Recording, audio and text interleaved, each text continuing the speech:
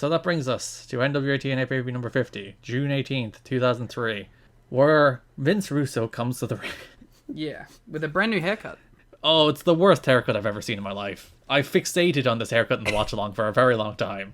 And I guess we should bust it out here. Brand new stage too for the anniversary show, because this is the first time you really see it. The complete new presentation. It's a very, like, classic 90s stage in a lot of ways. It has that, like, industrial feel to it. In 2003. Yeah, so, like, the original TNA stage was very, like, 1989, and now their 2003 update is very, like, 1999. Yeah, it feels like a lot of extra props from some, like, sci-fi. I said Star Trek on the thing, but I think it's, like, a little more low budget. Like, what's the one with the gates? Stargate? Yeah, Stargate. It feels like Stargate extras. They got a bunch of props from the Stargate and just threw them together and formed a stage. Yeah, feels like that. But they are very slowly making their way toward a modern stage. Yeah. I like that there's always been the two entrances. I appreciate that consistency. That's a TNA staple right up until... Actually, no, pre-Hogan Bischoff did they get rid of. No, it's a Hogan Bischoff thing they get rid of. So yeah, Hogan and Bischoff again. TNA staple for the entire history. 2 tunnels. Hulk Hogan, Eric Bischoff. Nah, no more tunnels. The tunnels only got you so far, bro. But like the thing about the tunnels is like people love the tunnels. That's what was so good about like the beginning of AEW. It was an amalgamation of a bunch of stuff that wrestling fans just liked. That it's like, hey, Yeah. what did people like about like peak TNA? Oh, the tunnels were really cool. Let's bring the tunnels in. And it makes more sense when you realize the head of AEW's production is Keith Mitchell, who was the head of TNA's production at the very beginning. And look, the tunnels have become like a fabled storyline tool now. Which is like tremendous. Well, it was always the case with TNA as well, though. Did they do that? Face heel tunnels as well. Yeah, TNA always did face heel tunnels. But did they ever tease like a face going down the heel tunnel? No. Yeah, so it never got to like that levels of lore. Lore. I love lore. I love lore so much. So Russo's doing this promo with his horrible haircut. At one point, he points out that he paid more for this haircut than people do their trailers, which means he really got ripped off on this haircut. The amazing, like, the pop we had after, like, a minute or two of talking about Vince Russo's hair for his, like, first line to be about his hair. It's just hideous. He looks like a different human being with this hair. Well, to be fair, he also grew out his, like, facial hair a little bit, so he looks a lot better in that aspect. Speaking of new hair choices that were terrible. So AJ has also dyed his hair to a lighter shade of brown. It looks like... I don't like it. Which I realize is a go-to heel move for him, because he did it again in 2010 with Ric Flair. Fair enough, he only did highlights then instead of a lighter shade of brown, but still. When he went to New Japan, he should have come in as, like, bleach blonde. That's his Bullet Club hair. So I rewatched this promo earlier today as well, because I usually rewatch promos for shows we did a watch along for, just to make sure I didn't miss anything. This promo was the worst promo in TNA history. Because it goes for like 20 minutes? It's so long. It's so long, because I was doing the show notes while watching the promo, and like I had done like a show and a half's worth of show notes, and I was just like, oh, this is still going. He's still talking. Yeah. And it is multiple long promos. So Russo comes out and he's cutting like the cheapest heat promo he's ever cut. He feels like he's given up on the idea of his own character. I don't think he knows what his character is anymore.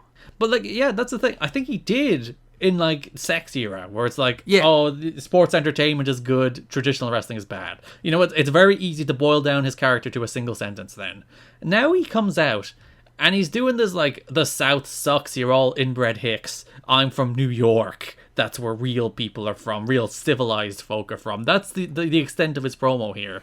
And even AJ's promo was quite similar. And it's like, what is this? Why are you doing this?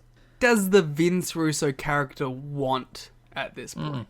I don't know. To be friends with Jeff Jarrett? Is that still the thing they're doing? Sex era stuff was like to prove this point and to prove that like Jarrett's a hypocrite. Yeah. That's what he wanted then.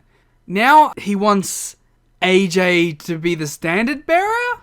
Sure, because he's like, AJ's better than Sting, he's better than Shawn Michaels, he's better than Bret Hart. Yeah, he's like an AJ stan. I don't know. Even like Jerry Jarrett makes his on-air debut on this show, where he does a sit-down interview with Mike Tenay. And during that sit-down interview with Mike Tenay, he mentions how like Vince Russo just wants to be Jeff's pal. And he's going through all these things where he thinks if he can just get to a stage where him and Jeff are on good terms again, his life will be good again. And I'm like, I think that's an interesting character arc, but also it's not what Vince is doing anymore. No, there was a time when that was the plan. Jerry doesn't watch the show anymore. He doesn't have control. He doesn't care. No, Jerry's just trying to put over the stories that he had when he still had some writing influence like 7 months ago. Yeah. You know, when I was writing the show, it was actually a nuanced tale about someone trying to become friends with an old friend because that friend was essential to their well-being. Now, he's just mocking Southern people for, I don't know, reasons. Yeah. Hate. Yeah, so Russo does this very long promo where then he introduces AJ Styles, who comes out and does an equally very long, very bad promo. AJ is hideous this month because he does a go-home promo the week before for the world title match where he's like, people didn't think I'd ever be here. People were just like, I'm the cruiserweight guy.